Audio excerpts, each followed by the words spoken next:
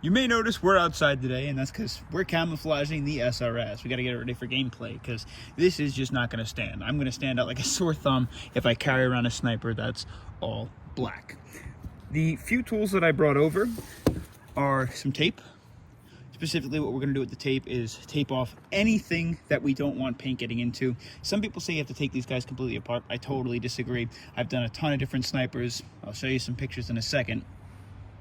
But the reason being is because you want all of the lines to match up. And the easiest way to do that is to keep everything intact. So we're just going to cover any spots we don't want it getting in, like obviously this section.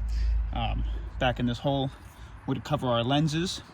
Any of our marking numbers on the lenses, we don't have to cover these guys because they have caps, so we can always get into them. So nicely enough, we can actually cover the caps with some paint. We're going to cover the end of the barrel, anywhere the trigger has openings, and of course where our BBs load and our mag loads. A few of the tools that I brought over, I like to go for either a Rust-Oleum or a Krylon camouflage in a flat finish, not satin, not matte, flat. I've got khaki for a lighter color. I've got this green, I think it's more, I'm colorblind, so it says it somewhere, but it's some sort of like a lighter green. I've got a darker Forest S green. This one's from Krylon, it's the brown. And then a clear coat to cover it on off. I did bring over some stencils too. I've got some zebra, some standard camo. Not sure which one I'm gonna use yet. Got like a geometric pattern, some grass, some more grass, and these cool little like scrabbles, I guess. Another thing to keep in mind too before you do go into painting your airsoft replicas is to set the replica in the way you're going to field it. What do I mean by that? Well, the only thing that you really have to worry about on the SRS is the cheek rest. If you're going to rise it at all, rise it and then paint it. Because if you don't, you paint it and then you rise it, you're gonna show all these black markings. There's gonna be a few anyway from where we put the tape anyway, but just keep that in mind. Mine's gonna stay down because my scope is very, very short. So I'm gonna cover all these spaces with some masking tape really quick with the magic of YouTube editing. So as you can see, it does not have to be the cleanest thing in the world. We stuffed this guy full of paper towel, taped up the scope. We taped up the ring around so we could see all of our numbers, taped up this side of the scope, the opening, that little spot right there, and we covered the BB feed tube. Looking now, and the trigger space doesn't have too much of an opening in it, so I'm not even gonna bother going into that. We're just gonna leave it. And all of the other markings and stuff on the SRS, all are either risen or concaved, so don't care about that either. Let's head to our painting grounds. Before you get into painting your SRS or any airsoft replica out there, two things to keep in mind, right? One, what Bob Ross said. There's no such thing as mistakes, only happy actions. Because you're gonna mess up. Everyone does, I do, it happens. But the idea is you want it to make it look like a mess. That's fine, because it's supposed to blend in. Second, have a plan and think of layers, right? Bushes aren't 2D, right? They're 3D.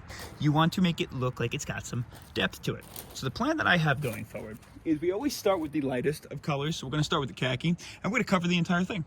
Cover the whole thing one side, 20 minutes, hit the other side.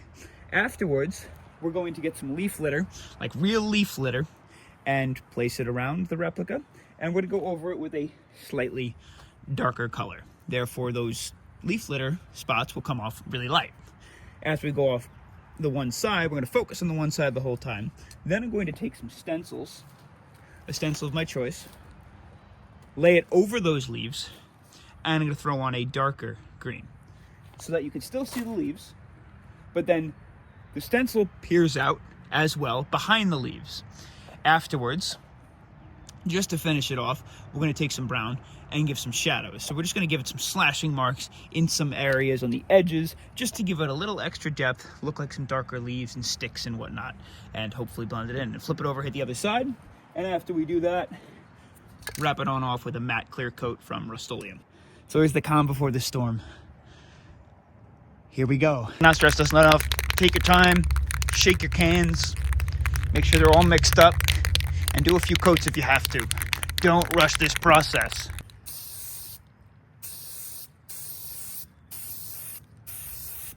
See how it's going on nice and smooth? No bubbling, nothing like that. We're gonna have to come over with the second coat, that's fine. And just make sure that none of your taping spots start to come undone. and walk around this guy. Spend some time in each area. Want to make sure you're getting all the crevices under the scope, in the notches. Don't want to miss any areas. And if you can't get the edges perfectly, don't mind it. You're going to wind up going off the other side as well. And you got a bunch of different coats that you're going to want to put in too. I added a second coat. You guys could probably figure out how to do that on your own. But I did go out and grab some leaf litter. I got some evergreens, some standard leaves, some ivy. I even got some dead leaves because it's early spring here and some of the trees haven't started to grow back, but this is going to do just fine. We're just going to begin layering it on. Some of these larger sections are perfect for getting some of the leaves to stay on, but some of the smaller sections are a little bit harder. When you do choose different leaves and different textures and stuff to use, make sure you pick heavy items, right?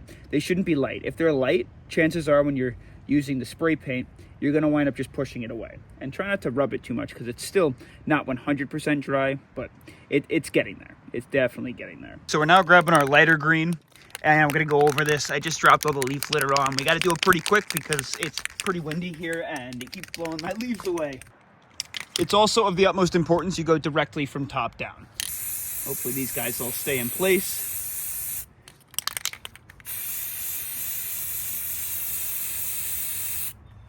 Make sure we move that back.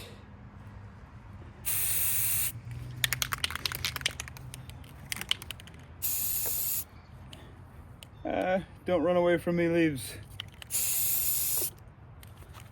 Yeah, it's just always a pain in the butt. Now, leaving the leaf litter on, we're just gonna take our stencil and our darker greens, and we're gonna try and get this to sit. I think we'll go a long ways. I didn't film that stencil, but kind of like the way it's coming out. Let's move on forward to the next section. And we'll use our darker green. Just straight over the edge.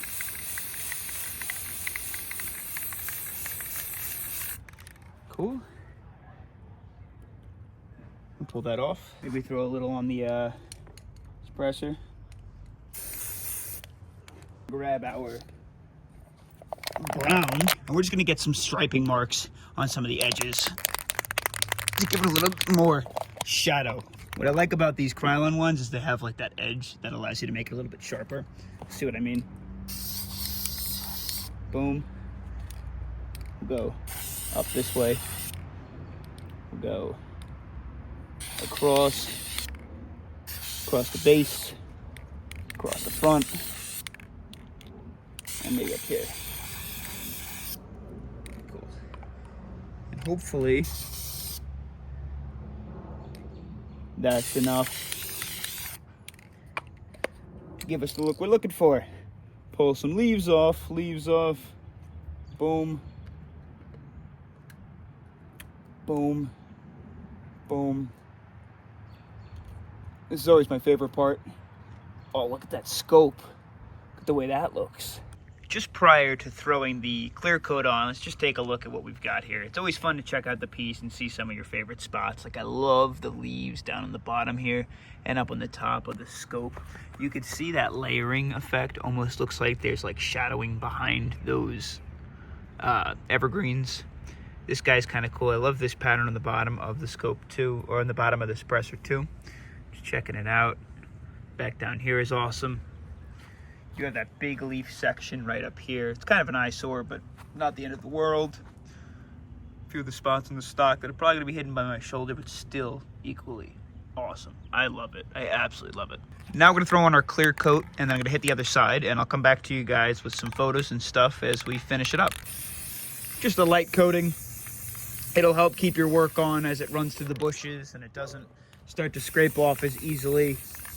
Again, this is a tool, kind of like a baseball player uses a bat or a lacrosse player uses a lacrosse stick. This is going to get abused, so you want to clear coat it so it holds that paint job as long as possible. And personally, I don't know about you guys, but I am a huge fan of when replicas start to look a little worn in. And just like that, we're back inside now. It started absolutely downpouring, and I looked at the weather, and was lucky enough to bring it inside, let it dry overnight, but apparently it's gonna rain for the next like 3 days. And I gotta get this video out to you guys on Monday because, you know, it's important that we get you guys some content. Here is the final product. Totally dry. It's about like 18 hours later, so it should be fine to touch, move around and whatnot. Obviously don't go abusing it. Maybe give it an extra like, you know, 10, 12 hours. But I won't be playing with it till at least next weekend anyway. I think it came out pretty nice. I think it is definitely not my favorite job that I've done, but it's definitely up there. And I think in terms of like general camouflage, it will do better than some of the other replicas that I've done. For anyone who hasn't seen, this is the TAC 41 that I did a couple of years back. Super nice. I do like some of the patterning on it, but you could tell the 3D effect really isn't there. It's more still like 2D effect. But when you look at the SRS, there's definitely much more 3D example, like up in the scope. I feel like you could see some like really like close patterns here, and then you see some of the lighter patterns in the back, and then even further back you got some deep shadowing, which is super cool.